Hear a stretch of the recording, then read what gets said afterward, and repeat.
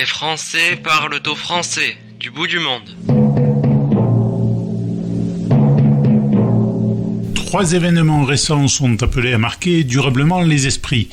Le désastre afghan, la guerre de la drogue dans les quartiers nord de Marseille et dans de nombreuses villes françaises, l'ouverture enfin la semaine dernière du procès des terroristes qui ont semé la mort au Bataclan le 13 novembre 2015, procès qui devrait durer 6 mois pour juger Salah Abdeslam et ses complices.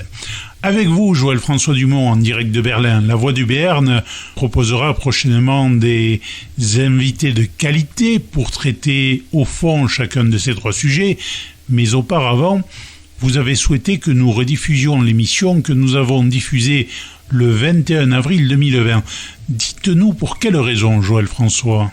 Les raisons, Jean-Michel, elles sont simples. Entre ces 3 sujets, a priori, le seul lien semble être l'islamisme radical qui s'alimente par la drogue.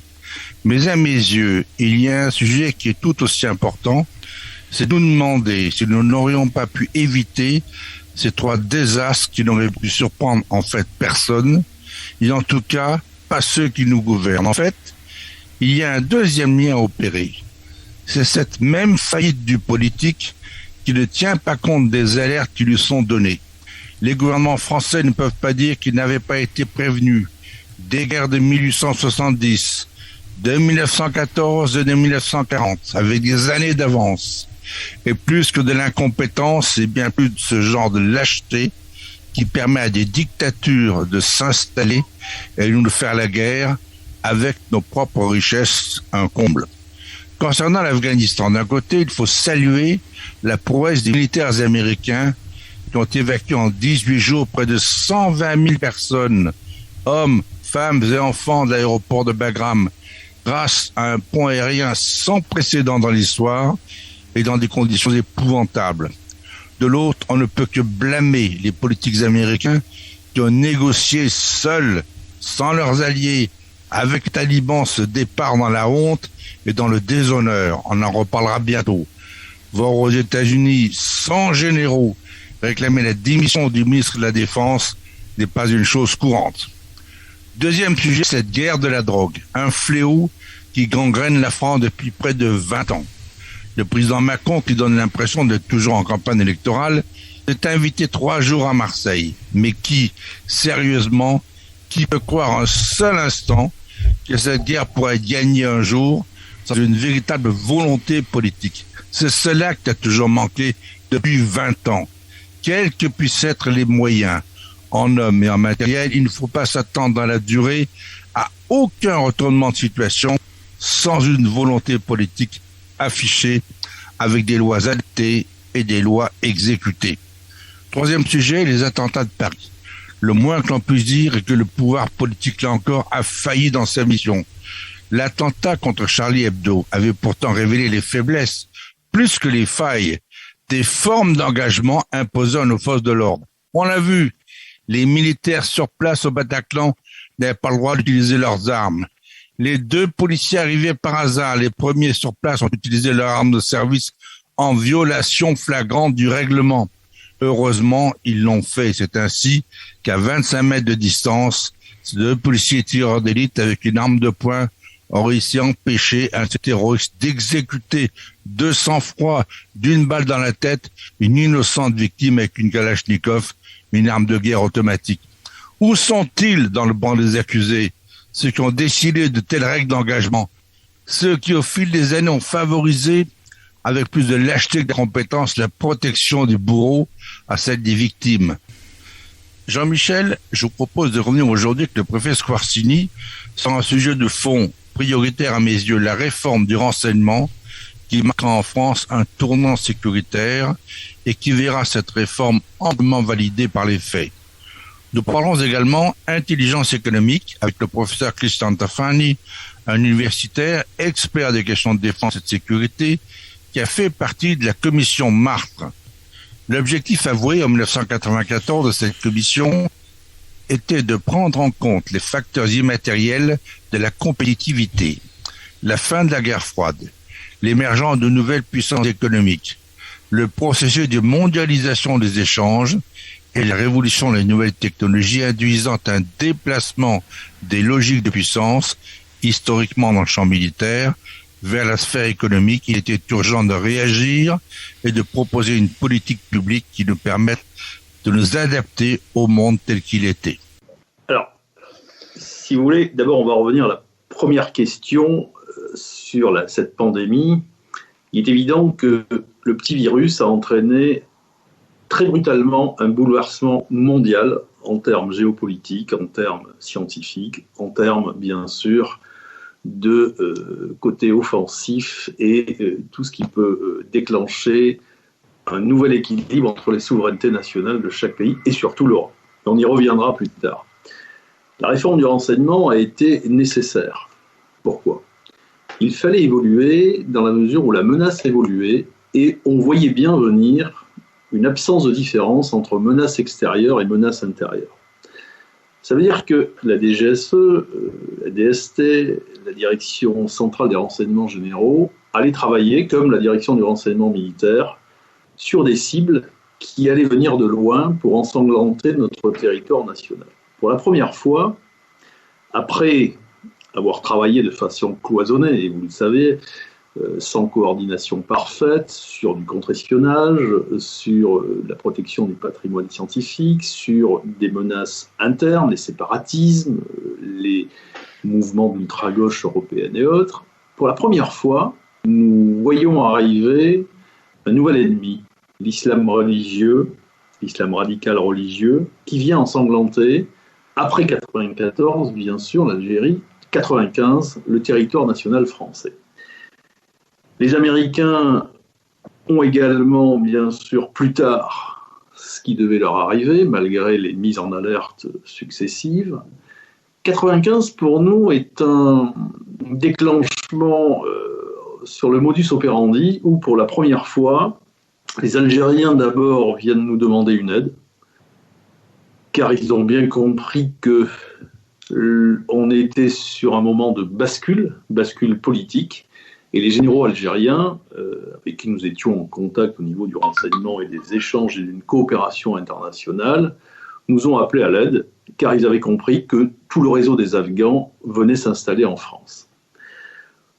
1995, bon, vous connaissez l'histoire, Ben Saïd vient à la tête d'un réseau et en activer plusieurs, Chasse-sur-Rhône, ensuite Kelkal, ensuite le réseau lillois sur lequel on aura déjà des éléments puisqu'on avait anticipé et tout le monde est arrêté et tout ceci en l'absence de revendications officielles. On ne savait toujours pas qui était à l'origine de ces attentats. Survient une affaire, c'est l'affaire Jamel Begal. Jamel Begal est arrêté très loin, aux Émirats arabes, par les Américains et il avait, selon les Américains, en tête de perpétrer un attentat contre l'ambassade des États-Unis en France, place de la Concorde. Et donc les Américains débarquent à Paris pour savoir ce que nous avions comme élément. Et je me souviens, nous avons eu une réunion dans les locaux de Mortier avec nos amis du FBI et CIA, où nous étions... Je représentais la Direction centrale des renseignements généraux, j'étais numéro 2, il y avait Jean-François Clerc à la DST, bien sûr, et la DGSE. Et c'est là où on apprend devant les Américains que chaque service français, les trois, détient un bout du puzzle. Et là, on comprend que ce sont les Américains qui coordonnent l'activité des services français en France. S'il n'y avait pas eu cette demande, chacun serait resté avec ses petits morceaux, mais personne n'aurait fait le puzzle. Nous étions sur un gros réseau de soutien logistique à Évry, la DGSE avait d'autres éléments, et la DST en avait d'autres. Et c'est là où réémerge l'idée, face à l'évolution de la nouvelle menace, il fallait offrir un nouveau format de riposte à la France pour préserver son territoire national et ses intérêts français à l'extérieur. Et émerge l'idée de Jacques Fournet, préfet qui s'était illustré dans la Nièvre, proche de l'Élysée, François Mitterrand, qui a tenu la direction centrale des RG, ensuite la DST, qui avait compris qu'en intérieur, il fallait réunifier tout le système. car les choses allaient aller en galopant. Et il a proposé cette réforme à Charles Pasqua, ministre de l'Intérieur de l'époque. Et là, l'Élysée a considéré, Jacques Chirac, le président, que ce n'était pas encore mûr. Donc cette réforme, elle vient de loin.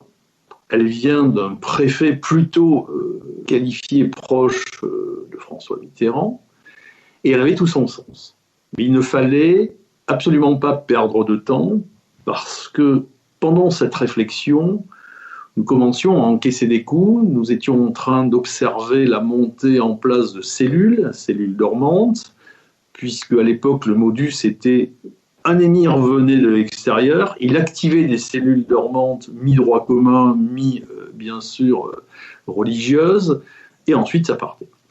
Donc aujourd'hui on comprenait qu'il fallait aller chercher très loin ce qui allait nous arriver à 80 km/h sur le coin de la figure, sur notre territoire national. Donc cette idée de réforme, elle avait tout son sens, elle avait été discutée, mais ce n'était pas le moment. Donc Nicolas Sarkozy, en arrivant à la présidence, en fera une des 50 premières réformes avant la grande crise financière de 2000. Et c'est comme ça que tout démarre, avec bien sûr une absence, je dirais, d'attentats, dans le calme, la sérénité. Et pendant les travaux, nous continuons à démanteler des réseaux du GIA à l'époque, GSPC par la suite, qui nous en voulaient. Donc voilà un petit peu l'histoire de cette réforme qui ensuite, je dirais, a dû être lissée, notamment au niveau de la partie renseignement territorial qui n'a pas été pris en compte avec la même rapidité, mais tout ceci s'est lissé dans les 3-4 années qui se sont suivies. Et aujourd'hui, le renseignement territorial prend tout à fait ses allures, je dirais, de grande vitesse de croisière et est tout à fait apte à travailler intelligemment. Mais dans le cadre de cette réforme, il fallait absolument aussi coordonner. Et c'est là où on a fait remonter le renseignement au plus haut niveau, l'Élysée, en créant la coordination nationale du renseignement, puis on a appris aux gens à collaborer ensemble, à coopérer, en créant l'Académie nationale du renseignement. Ça veut dire que les futurs cadres des 5 services de la communauté française du renseignement ont appris à se connaître, à découvrir qu'ils faisaient souvent la même chose en doublon, et donc à échanger, parce que plus tard, ils allaient se rencontrer à nouveau. Donc voilà un petit peu l'état d'esprit et les conditions dans lesquelles s'est effectuée cette grande réforme, qui ensuite a été récupérée in extenso par le gouvernement de François Hollande, puisqu'on a créé la DGSI, qui était simplement la possibilité d'avoir une autonomie budgétaire et réclamer plus de moyens au niveau matériel, contractuel et tout, sans passer par l'échelon direction générale de la police nationale, où il était très difficile d'obtenir des crédits au milieu des voitures de la sécurité publique, des moyens de la police aux frontières, j'en passe et des meilleurs. Donc c'était là un petit peu, je dirais, l'objectif à atteindre. Beaucoup de pays européens sont venus me voir pour savoir comment ça fonctionnait, l'Italie, l'Allemagne et autres. Beaucoup de monde a pris conscience que ça devenait une nécessité. On ne devait avoir qu'un seul service extérieur et qu'un seul service intérieur. Monsieur le préfet, si vous permettez une remarque, une question, une remarque. Vous avez parlé des attentats de 1995. Eh bien, en moins de 3 mois, les services ont assuré la neutralisation complète des réseaux sur l'ensemble des territoires, avec successivement le démantèlement du réseau de Chasse-sur-Rhône, la protection de la raffinerie Faisin, la neutralisation de la cellule Calcal et celle des réseaux lillois. En moins de 3 mois.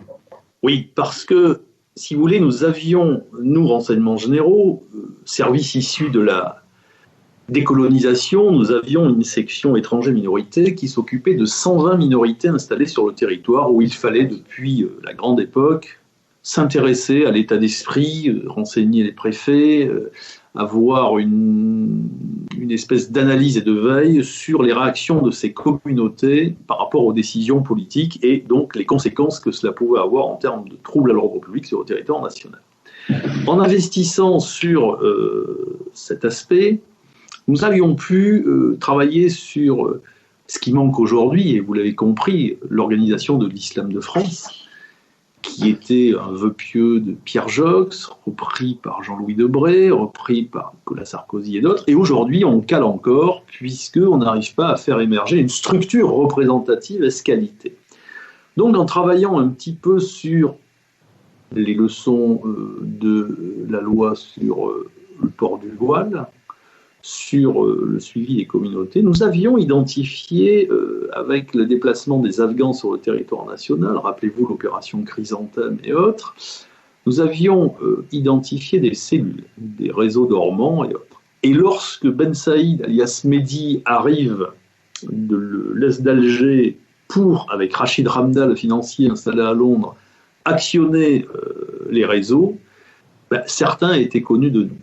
Le reste, il a fallu, en l'absence d'éléments matériels et l'élément de revendication qui était très important, tâtonner, puisqu'on hésitait entre la piste serbe à l'époque, la piste algérienne, et nous avions donc opté à l'aveugle sur le choix de travailler sur sa piste algérienne en faisant remonter tout ce que l'on avait accumulé, un petit peu comme lorsque les Marocains sont venus nous demander notre aide pour les attentats de Marrakech, les premiers attentats de Marrakech, les célèbres réseaux d'Abdelilah Ziad, Orléans, Besançon et autres. Et donc, nous avions, à partir d'un long travail d'inventaire de fourmis, identifié des pseudos, des réseaux, des logistiques. Et donc, tout ceci a pu être mis à profit avec l'élément déterminant, l'empreinte de calcal découverte sur la tentative d'attentat du TGV, je dirais, sur Paris-Lyon.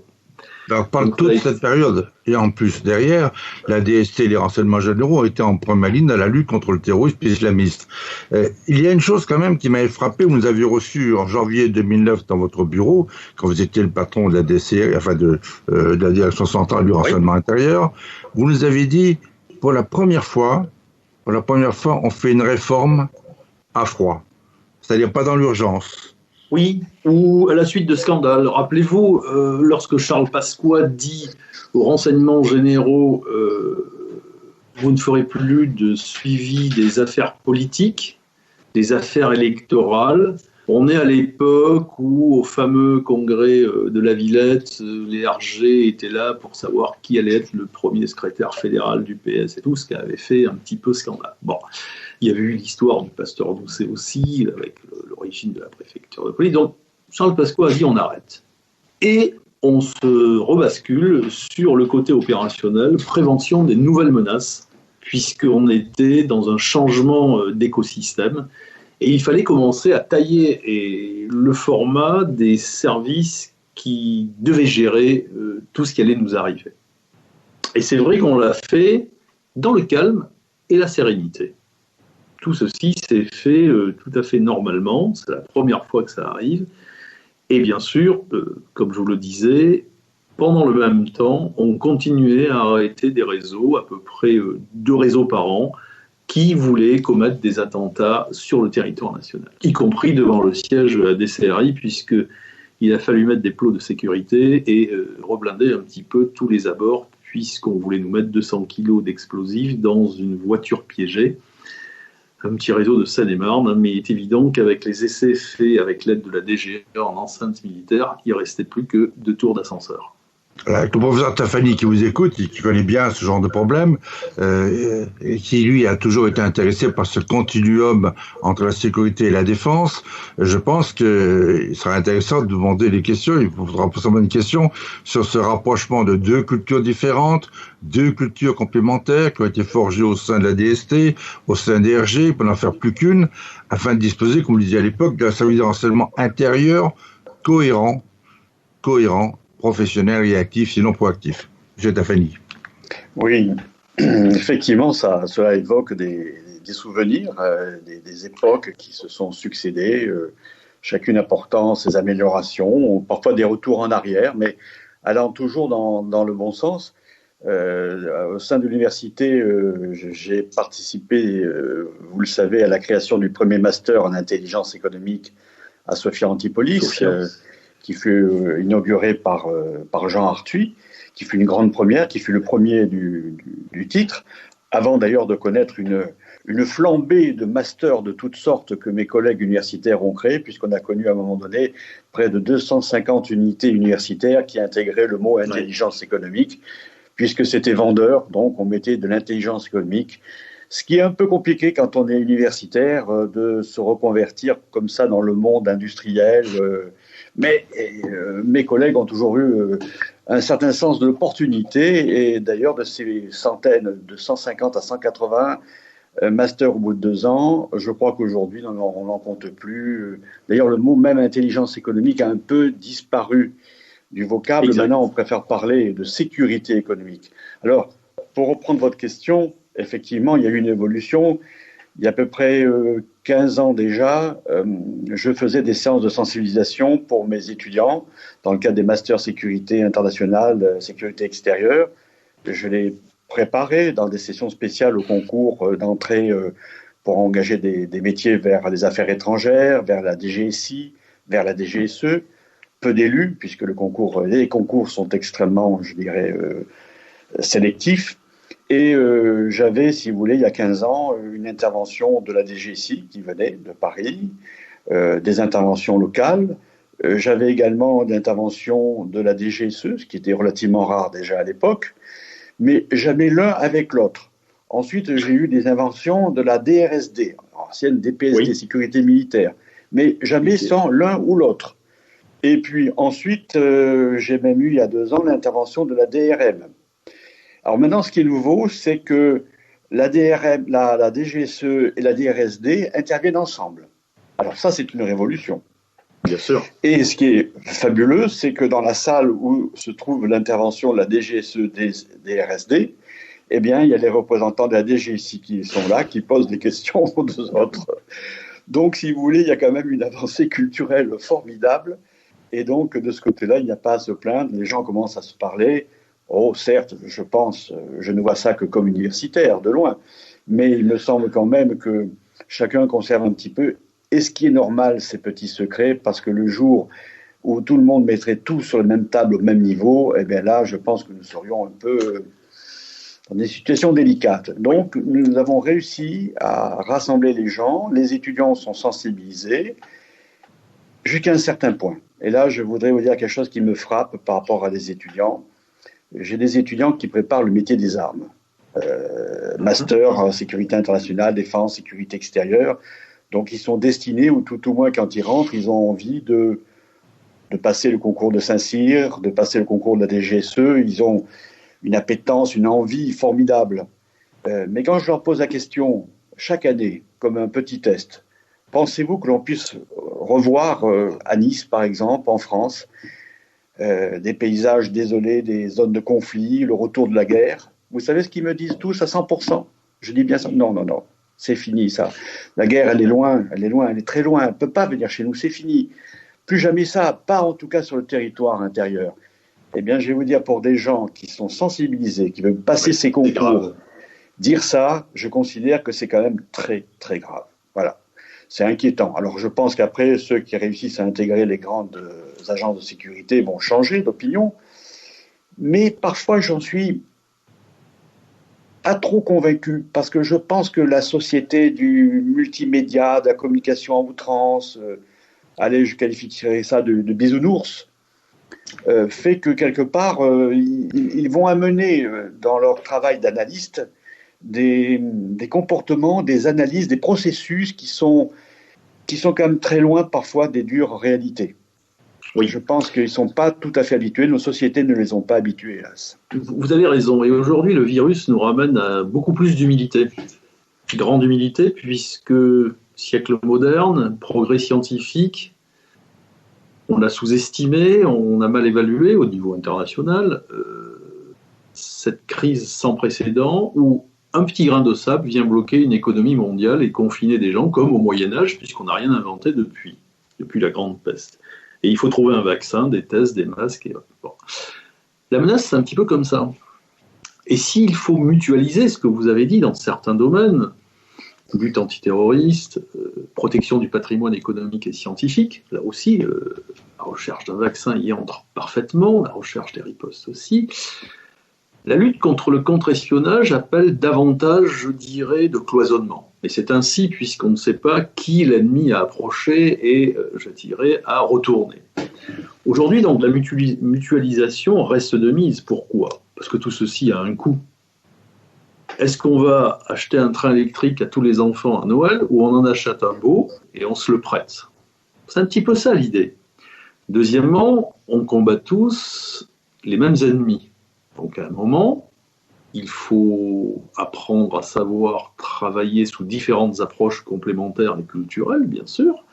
Mais à partir de là, on aura un résultat qui sera amplifié. Donc mutualisation, échange de personnel, de ce que l'on a engendré avec Gérard Corben-Mangou, le patron de la DGSE, à des très hauts niveaux, pour essayer de faire naître un nouvel état d'esprit, car la menace, non seulement, elle est s'ancrer pour plusieurs dizaines d'années, là on travaille pour nos petits-enfants, c'est la sécurité de ce pays qui se jouera là-dessus, et si on n'arrive pas à résorber certains problèmes qui traînent, je dirais, au niveau solution, bon, on va avoir droit, je dirais, à des lendemains qui déchantent.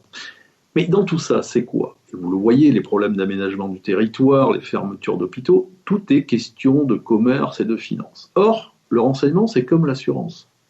On est très content de l'avoir lorsqu'on frappe, mais on peut rouler sans assurance si on ne se fait pas attraper. Or, le renseignement, c'est quelque chose qui ne se voit pas. Ça veut dire qu'on va investir 10 ans avant.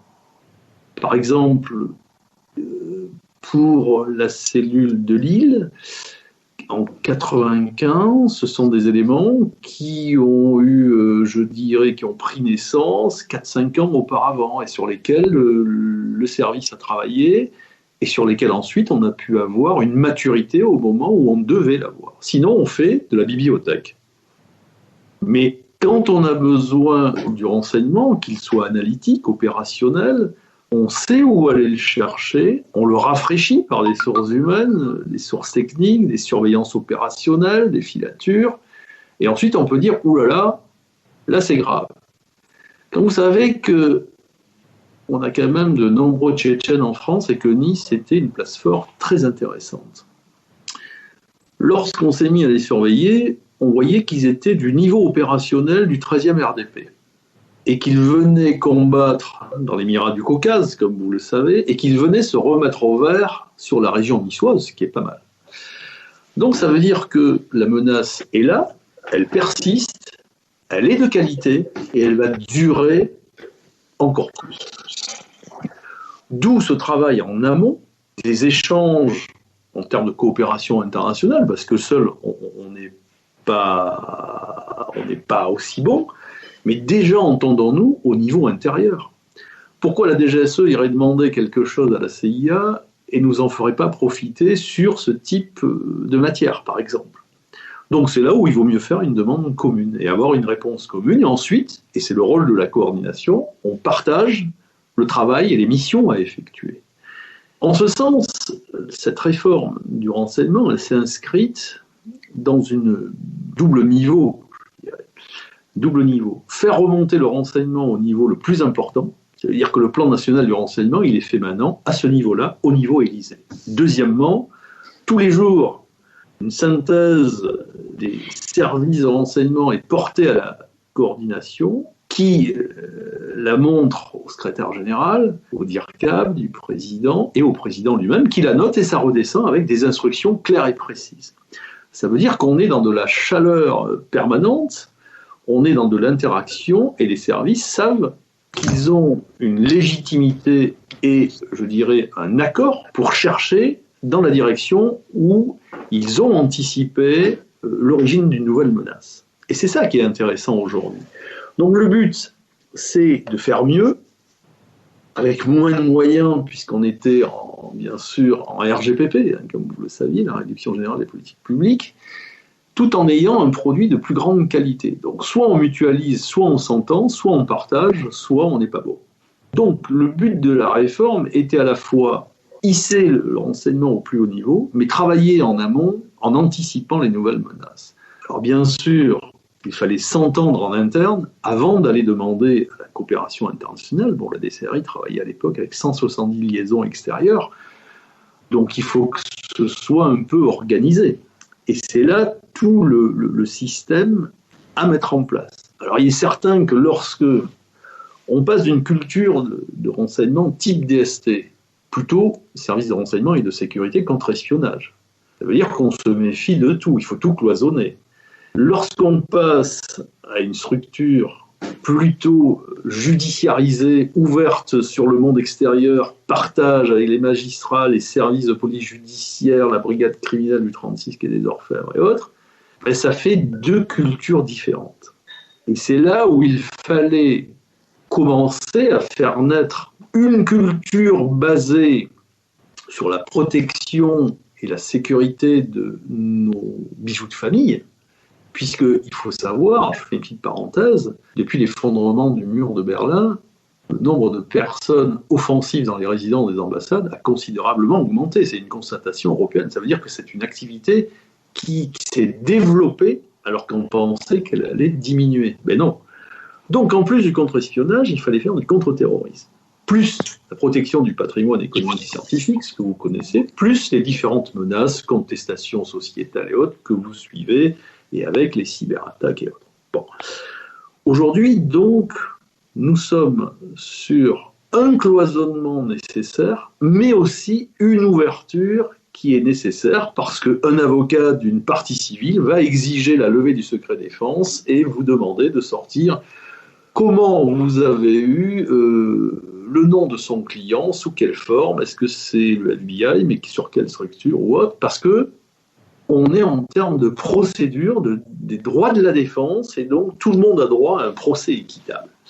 Donc aujourd'hui, on a affaire à deux cultures. Il faut protéger d'un côté, d'en dire le minimum et travailler sur ce que va faire l'adversaire, sur le plan de pillage de renseignements, sur l'aéronautique, sur le naval, sur bien d'autres choses, mais en même temps s'ouvrir et échanger au maximum, voire même expliquer au monde des médias quel est le travail dans le domaine de la lutte antiterroriste. Donc c'est là où vous avez à jongler entre deux cultures différentes. Donc soit vous vous entendez déjà en intérieur avec vos partenaires, les 5 services de la communauté du renseignement, à travers l'égide du coordonnateur, qui a un rôle de plus en plus important puisque cette coordination doit se jouer dans le détail, et c'est très bien de l'avoir maintenue et renforcée. Et soit, bien sûr, vous demandez à l'international de façon unique. Parce que si vous êtes, je sais pas moi, le BND allemand qui va avoir 14 demandes identiques de la part de plusieurs services, ils vont se dire, bon, il faudrait qu'ils se coordonnent, ces gens-là. Parce qu'on ne va pas expliquer 150 fois, parce qu'on a beaucoup de réunions, on a nos affaires à traiter, et c'est ainsi de suite. Parce que les meilleurs experts, partout à l'étranger en mission, soit en réunions diverses, avec les magistrats, soit au GDN, soit à l'Élysée, soit à Matignon, soit à l'intérieur, soit à la justice. Donc on a très peu de temps lorsqu'on est sur des domaines qui sont très pointus. Et des experts, on n'en a pas beaucoup. Et souvent, ça défecte dans un service ou un autre. Et c'est pour ça qu'on a voulu, pour des raisons de carrière, faire tourner les gens avec leur expertise dans les services de la communauté du renseignement et qui ne s'échappent pas vers des services extérieurs, tout en conservant leur droit à concourir à une carrière. Puisque vous savez, le statut de la fonction publique est malheureusement basé sur la carrière, et donc il faut à un moment de sa carrière faire des mutations hors service. Alors plutôt que d'aller dans certains services de la fonction publique, je dirais classique, on a fait en sorte de les faire tourner ces gens-là au sein de la DRM, au sein de la DRSD, au sein de la DGSE, pour qu'on enrichissent à la fois leur savoir et qui nous reviennent, je dirais, boostés avec 10 kilos de pression dans la cuve. C'était ça l'idée. Mais c'est pas simple, parce qu'il faut raisonner sur la fidélisation des hommes et des femmes qui composent les équipes, parce que c'est une culture orale, vous l'avez compris, mais une culture aussi entre amis. Nous avions, en tant que directeur, à travers le club de Berne, des échanges amicaux avec les directeurs des services européens. Comme nous avions une coopération très étroite avec certains directeurs des services outre-Méditerranée, vous l'avez compris, et il fallait absolument ouvrir sur la Syrie, la Libye, l'Algérie et autres, pour essayer d'abord de résoudre des cold cases, comme on dit. Rappelez-vous, la rue des Rosiers, tout ça, c'est pas venu comme ça par la cigogne. on a réussi à avoir des renseignements, je dirais, d'excellente qualité grâce à une nouvelle relation avec des services que certains ne voulaient plus voir travailler avec la France. C'est ça aujourd'hui. Il fallait également avoir en anticipation par rapport au théâtre d'opération qui se passait dans ces pays, les orientations et les contacts logistiques de certaines personnes qui se cachaient en France. Donc c'est un travail, je dirais, de longue haleine. Il fallait lever le doute sur certains noms qui nous étaient donnés, mais le travail était fait. Et la révolte des printemps arabes, malheureusement, a cassé cette coopération d'une grande richesse, puisque du jour au lendemain, vous l'avez compris, plus aucun service de renseignement. Il fallait attendre la nomination de certains responsables, voir les domaines sur lesquels ils étaient autorisés à travailler, pour reprendre enfin ce poste de sentinelle outre-Méditerranée que nous avions placé, parce que cette coopération, vous l'avez compris, elle servait à protéger nos intérêts nationaux, notre territoire national et nos intérêts français à l'étranger. Et que ce soit la Tunisie, l'interruption de relations avec le Maroc pendant une année, l'Algérie, avec laquelle nous avons toujours su garder d'excellents contacts, nous avons ouvert sur d'autres domaines. Donc, tout ceci fait que d'abord, en intérieur, il faut se solidariser, il faut avoir un partenariat étroit ensuite avec la DGSE, qui est un service assez performant à l'extérieur, mais ensuite, jouer une carte méthodologique, intelligente et sérieuse, voire personnelle, avec certains services étrangers. Je vais vous citer un exemple. Vous vous souvenez du malheureux attentat à Marrakech où des Français perdent la vie. Célèbre café, bien sûr, nous sommes co-saisis puisque le service à la fois renseignement et judiciaire et nous devons effectuer un transport sur les lieux. Manifestement, d'abord le Royaume du Maroc, pour les responsables, c'était une grande surprise, puisque le pays était assez bien tenu, donc il y avait une faille. On est au moment où des départs, je dirais, vers la Syrie et autres pays, Irak. Et donc, manifestement, un ressortissant qui n'avait pas pu se rendre là-bas est revenu commettre un attentat, bien sûr, contre les intérêts touristiques à Marrakech. J'étais pressé, bien sûr, de toutes parts pour essayer d'avoir le maximum d'éléments précis, qui, quand, comment, pourquoi, et bien sûr travailler à l'enquête dès le départ. Lorsque je prépare une mission de transport sur les lieux en coopération internationale, et là on me fait savoir que le directeur général de la police nationale considère qu'il est assez grand et qu'il n'a pas besoin des moyens français. Donc là ça commence à être délicat, et celui qui me débloque la situation n'est autre que mon homologue, le grand patron de la JED, Mansouri, qui me dit « mais il n'y a aucun problème, et c'est moi qui viendrai attendre tes fonctionnaires à la coupée de l'avion ». C'est ça aujourd'hui, la façon dont on peut régler les problèmes à travers une longue relation personnelle, une fidélisation et une normalisation des contacts que l'on peut entretenir, des aides diverses qu'on peut leur apporter, mais lorsque on est en pleine crise, c'est là où on voit où sont les vrais amis. Donc tout ceci pour dire que le renseignement, ça ne se fait pas en 3 jours. C'est un long investissement personnel, un long investissement de fidélisation, avec des gens qu'il faut aussi fidéliser, parce que bon, le directeur il est là, mais il travaille surtout avec des équipes. Et ces équipes sont amenées à travailler sur du long terme. Et c'est ce que je voulais dire. Si on peut faire tourner les fonctionnaires, les experts au sein des 5 services de la communauté française de renseignement, là, on aura bien gagné parce que les gens se connaissent, les gens échangent sur les mêmes matières et ils ont des contacts qui se multiplient. Ensuite, le rôle des directeurs, c'est bien sûr d'entretenir la flamme, avec une relation particulière, bien sûr, des rencontres assez fréquentes, des échanges de moyens, de données, d'analyse, de matériel, et ensuite avoir la confiance, bien sûr, des ministres, présidents et autres. Donc voilà, aujourd'hui, c'est un travail qui est beaucoup plus difficile qu'auparavant.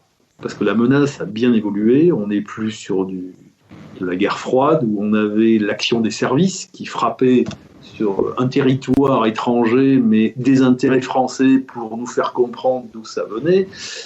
Aujourd'hui, c'est une menace hybride, inspirée, qui est déjà sur notre territoire national. C'est Monsieur Tout-le-Monde. C'est quelque chose de plus difficile à détecter, et donc on a toujours besoin de l'aide d'un service extérieur. Seul, on n'est plus grand-chose. Donc la coopération prend aujourd'hui toutes ses lettres de noblesse. Alors, je terminerai aussi en disant, nos amis sont là pour nous aider, mais ils sont là aussi pour nous piller, parce que le reste de l'activité continue, vous l'avez bien compris. Donc il y a des domaines sur lesquels on peut échanger tout à fait de façon constructive, et d'autres sur lesquels, il faut quand même faire attention, puisque on est dans de la souveraineté nationale économique, du patrimoine, et M. Fratani pourra le dire encore mieux que moi. Donc voilà aujourd'hui le point, je dirais, d'arrivée de ces grandes réformes qu'il fallait mener à terme. C'était une obligation. Moi, j'aimerais bien l'un et l'autre, d'ailleurs, vous poser la même question. Est-ce que le renseignement, on a couvert là déjà une large période avec vos propos à tous les deux, puisqu'on est remonté jusqu'à la chute du mur de Berlin, on aurait pu aller bien au-delà. Mais on a passé de grands épisodes, 2015 évidemment, les derniers gros attentats à Paris, 95 qui a été le gros choc certainement, parce que jusque-là on se croyait totalement à l'abri.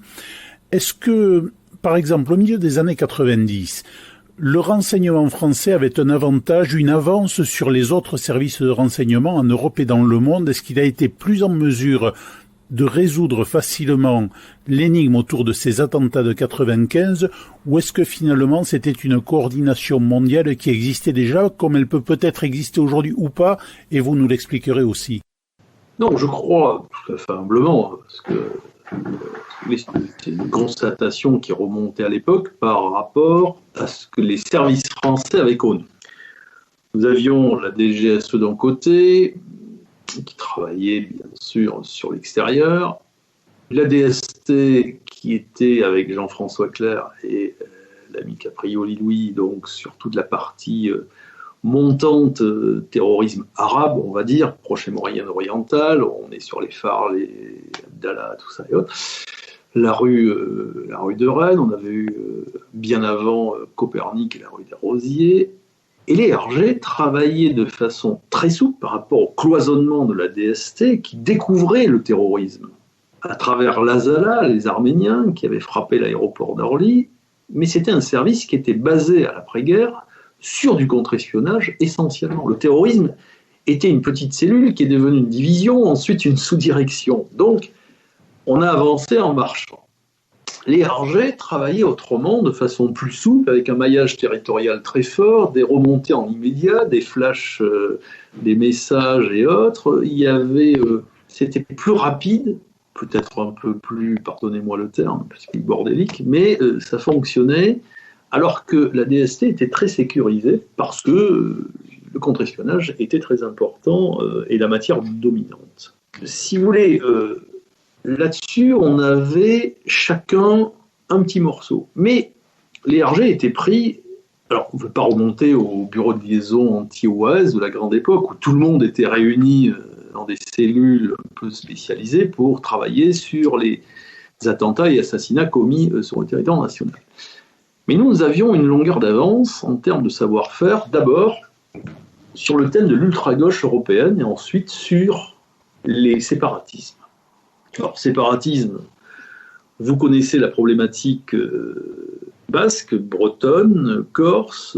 Le côté ETA militaire a été pour nous une grosse part d'activité pour aider nos amis espagnols, qu'ils soient de la police espagnole, la Guardia Civile ou le CNI, le service de renseignement extérieur. Et donc tout le monde a coopéré parce que les militants d'ETA recherchés, les ETARAS, étaient planqués entre guillemets en France et actionnaient des cellules qui partaient à travers des agents de liaison commettre des attentats et des assassinats très lourds en Espagne. Donc nous avions une capacité de veille opérationnelle d'analyse qui permettait aux Espagnols d'en savoir plus sur ce qui se passait chez eux. C'était ça la grande nouveauté. L'ultra-gauche européenne, vous l'avez compris, on est sur les fractions armées rouges allemandes, brigades rouges italiennes, Action directe, bien sûr, branche nationale et branche internationale, les cellules communistes combattantes belges, les grappots espagnols. Donc tout ceci fait que, à partir de tout ce qui est né et Gary à Toulouse, que vous avez bien suivi, on est sur un suivi, une connaissance de ces individus et bien sûr une pénétration de ce milieu pour essayer d'avoir les meilleurs résultats en termes de prévention, puisqu'on est à l'époque où on a les assassinats de Georges Besse et général Audran, et ensuite une série d'attentats. Il faut mettre un terme à tout ça. Les méthodes acquises avec les services italiens sur les brigades rouges, qui avaient payé un lourd tribut, ont permis, avec les services allemands aussi sur la Rotanfraktion, d'avoir un changement de format dans la recherche du renseignement opérationnel. On est à l'époque au RG sur des sections recherche implantées au niveau des zones de défense et autres, et un travail en profondeur qui est accompli. Donc c'est le grand Jacques Arstrich à l'époque qui avait géré tout ça, et ensuite c'est Claude Bardon qui venait de la PJ Versailles, qui a récupéré en tant que sous-directeur du terrorisme, chargé de la lutte antiterroriste, toute la recherche, récupérer toute cette dynamique. Ce qui fait que on a pu avoir des longueurs d'avance en termes de méthodologie et en termes d'échange opérationnel avec les services étrangers. Exemple, je vous disais tout à l'heure que les Espagnols avaient pu obtenir, lorsqu'ils avaient la présidence européenne, le mandat d'arrêt européen, les équipes communes d'enquête et autres. Bon. Il faut savoir que les services de renseignement travaillaient à l'époque sans rien du tout, en ayant à leur bord des fonctionnaires étrangers en armes pour pouvoir effectuer des équipes communes d'enquête sans aucun texte. Tout ceci se faisait à l'amiable, en faisant un peu de bricolage, mais il y avait eu des engagements politiques. Donc, cette méthodologie embryonnaire qui s'est structurée par la suite nous a permis de pouvoir aborder les problèmes de l'islam radical, je dirais, de nature un peu offensive, de façon autre. Donc nous avions une longueur d'avance dans la mesure où nous étions un service ouvert à toutes sortes, je dirais, de mesures de riposte pour rechercher et neutraliser des gens qui en voulaient, bien sûr, à notre territoire national. C'était pareil pour le côté breton. Les Bretons s'étaient mis également en liaison soutien logistique aux Basques de théâtre militaire. Donc du coup, on a fait de deux seul paquet. Il y avait les séparatismes aussi, mais là, vous connaissez la situation aussi bien que moi, la Corse et d'autres régions. Donc tout ceci a fait que, tant la DST d'un côté sur la connaissance du Proche et Moyen-Orient, parce que ça venait vraiment de là-bas, des services algériens, parce qu'ils avaient une excellente relation, nous, par un savoir-faire assez souple et qui s'adaptait en permanence du fait de notre histoire, l'histoire de la France, on a pu rebondir aisément, et je le redis encore une fois, en l'absence de toute revendication. La revendication sur l'Ansar ne viendra que 3-4 ans après. Donc il fallait vraiment un travail de fourmi méthodique, d'échange opérationnel et de construction de procédures, parce que le renseignement c'est bien, mais il faut aussi une procédure pour, je dirais, que l'intime conviction des juges soit là également au bout à l'arrivée. Oui, tout à fait, mon regard universitaire. Je voudrais, 2 points d'ailleurs, avoir aussi l'avis du préfet. C'est le premier point, c'est certainement, je l'espère en tout cas, la réintégration dans la communauté du renseignement de la gendarmerie, qui je crois a déjà réintégré l'Académie du renseignement, parce que je pense qu'un grand service habilité au secret défense comme la gendarmerie, par son maillage territorial, a vocation, et elle fait déjà remonter un certain nombre d'informations en jonction avec le renseignement territorial. Mais je pense que ce serait bien, ne serait-ce que par reconnaissance d'un grand service, que celui-ci soit réintégré officiellement. J'aimerais avoir votre avis.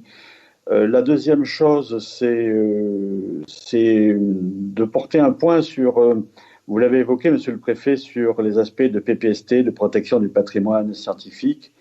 Je pense qu'il y a quelque chose qu'on ne voit pas assez venir, et je rendrai hommage à votre service, puisqu'il a été précurseur il y a au moins une vingtaine d'années après le plan, parce qu'il a imaginé à un moment donné créer une sorte de service spécialisé au sein de votre service sur les questions scientifiques et technologiques, ce qui était déjà un peu, je dirais, la sous-direction B, ou appelée aujourd'hui, je crois, qui porte un nom un peu plus soviétique.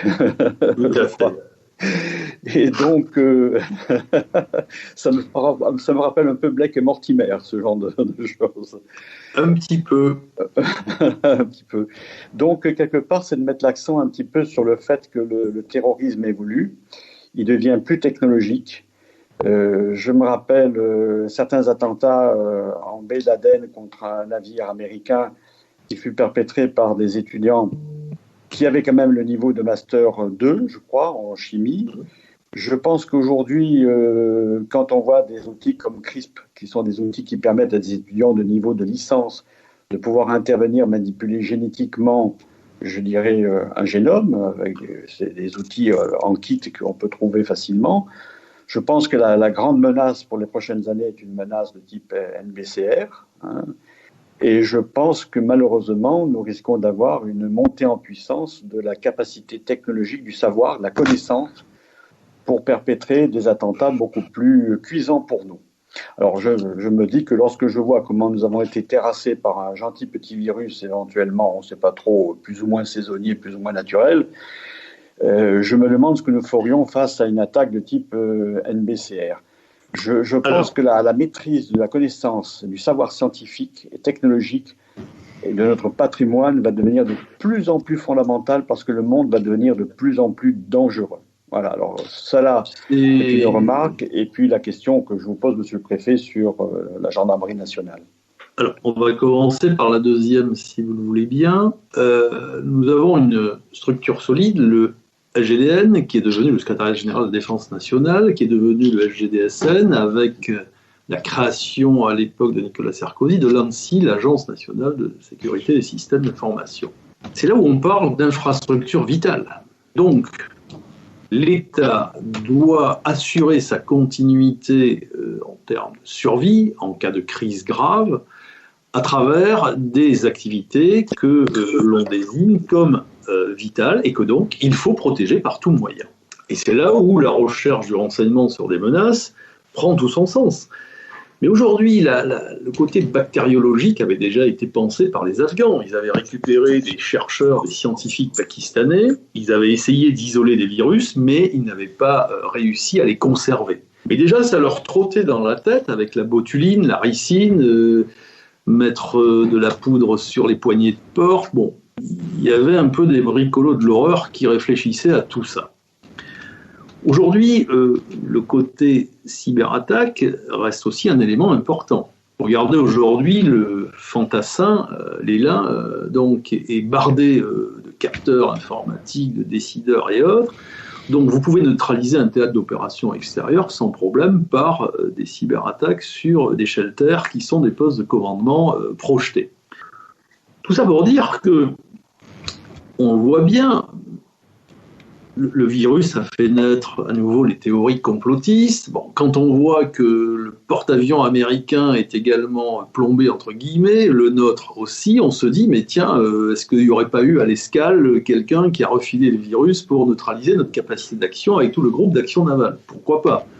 Bon, tout ceci, on peut y réfléchir, mais il faut le démontrer, et les Américains sont en train d'essayer de voir si on peut obtenir un peu plus de transparence sur ce qui s'est passé dans la copie du P4 Lyon à Wuhan, installée par les Français avec des aides américaines, et si on sait exactement le nombre de morts aussi, puisqu'on a constaté qu'il y avait une disparition d'abonnements téléphoniques qui allait bien au-delà du nombre de décès annoncés, ce qui peut laisser paraître, je dirais, pas mal de problèmes. Donc le côté bactériologique a toujours fait partie des risques que l'on a pris en compte. Mais déjà, les Tchétchènes se baladaient aussi à travers des attentats qu'ils voulaient commettre en France, avec des petites ampoules un peu bizarres. Bon, tout ceci n'est qu'un renouvellement. Bon, là on a un virus, est-il d'origine humaine, est-il spontané à partir de la déforestation et le côté animal un peu sauvage? Ça, l'avenir devrait nous le dire. Donc, PGDN, infrastructure vitale, plan de pandémie, tout ce qui avait été fait a peut-être changé en termes de doctrine, vous l'avez compris en 2013, puisque le stock de masques qui avait été prévu à l'époque de Xavier Bertrand, le Prus et autres, n'existe plus. Bon. Donc c'est là où il y aura des commissions d'enquête pour savoir où tout ceci est parti. Ça, c'est le premier point. Sur le deuxième point, lorsque s'est posée la création de la DCRI, il fallait se poser deux questions. Primo, est-ce qu'on conserve un côté judiciaire ou non? Oui, parce qu'il s'agissait d'affaires très spécialisées avec des sources humaines. On avait également la compromission, le contre-espionnage, pas seulement le terrorisme. Donc on a dit oui. Et sur le fait de pouvoir ouvrir, on a eu très vite des limites qui nous ont été imposées par les services étrangers. La DCRI, la DGSI aujourd'hui, a une activité de contre-espionnage. Ça veut dire que vous ne pouvez pas tout mélanger. Si vous acceptez au sein de la communauté du renseignement des services qui sont très ouverts, plus aucun service de renseignement étranger ne travaillera avec vous. C'est là. On est un service de renseignement et de sécurité. Et c'est au même titre que la direction du renseignement de la préfecture de police, le renseignement territorial fait partie du second cercle. La gendarmerie connaît en son sein la section lutte antiterroriste, toute la protection du patrimoine économique qu'ils arrivent, à développer à travers le maillage territorial, c'est indéniable. Donc, on a préféré garder deux niveaux. Un premier niveau, je dirais, qui peut travailler selon des procédures très protégées, avec d'autres services en bilatéral et non ou en multilatéral, mais déjà pairs en qualité, et d'autres services qui peuvent échanger, le tout sous l'égide d'une coordination chef de file des GSI et un deuxième niveau suprême, le coordonnateur national du renseignement. Donc ça ne veut pas dire que tout ceci ne fonctionne pas, c'est simplement des règles de sécurité qui s'imposent à nous. Parce que vous le savez, l'activité d'espionnage concerne différents domaines. Il est très facile d'infiltrer un service et la problématique d'un service de renseignement aujourd'hui, c'est quoi? C'est comme le lapin embarqué sur la marine à voile. Donc, tout le monde le craint et on met en place des garde-fous pour éviter tout ça. Ça ne veut pas dire qu'il n'y a pas de coordination au niveau local sur des échanges très précis, les groupes d'évaluation départementales auprès des préfets, tous les gens en font partie, tous les services, donc ceci fonctionne. Mais à partir d'un certain niveau, et notamment sur des échanges un peu plus pointus en matière d'espionnage, les services étrangers vous posent des conditions qui sont les leurs. Soit on englobe tout le monde et on n'a plus de relations à l'international, et je rejoins mes propos de tout à l'heure, soit on reste comme on est, avec des échanges et des coordinations très pointues qui se font au quotidien à travers des structures dédiées. Voilà le dilemme qu'il fallait affronter. On a toujours tort d'avoir raison trop tôt. Le renseignement, c'est de l'anticipation. Il est fait, enrichi, recoupé, recueilli pour être transmis. Transmis pour éclairer une prise de décision par le politique. Le renseignement dit la vérité. Le politique décide. En son âme et conscience, et c'est pour ça qu'on est sur des procédures écrites. Tout reste. Le politique ne fait que passer. Les services sont toujours là, vous l'avez compris. Donc on a toujours une mémoire, et on revient à notre discussion au départ, une fidélisation des structures humaines qui composent les services. Donc aujourd'hui, que le renseignement dise la vérité, oui, si elle déplaît, et lorsqu'on ne veut plus entendre des mauvaises nouvelles, on enlève celui qui apporte les mauvaises nouvelles. Tout simplement. Jean-Michel, ce qu'il faut savoir, c'est que le préfet Squarcini, que nous venons d'entendre, a été limogé le jour même de la prise de fonction de François Hollande à l'Élysée. Hollande a été tenu informé heure par heure du départ du siège de la DCRI de Bernard Squarcini. Un homme longtemps considéré comme l'un des meilleurs flics de France par ses pairs Il l'avait prouvé comme préfet de police à Marseille avant de faire cette réforme du renseignement. Son crime était d'avoir été choisi par Nicolas Sarkozy pour adapter notre service de renseignement et de contre-espionnage à la lutte contre le terrorisme islamiste. L'objectif déclaré étant que la peur change de camp. La Voix du Béarn, la radio qui donne aussi la parole aux Français du bout du monde.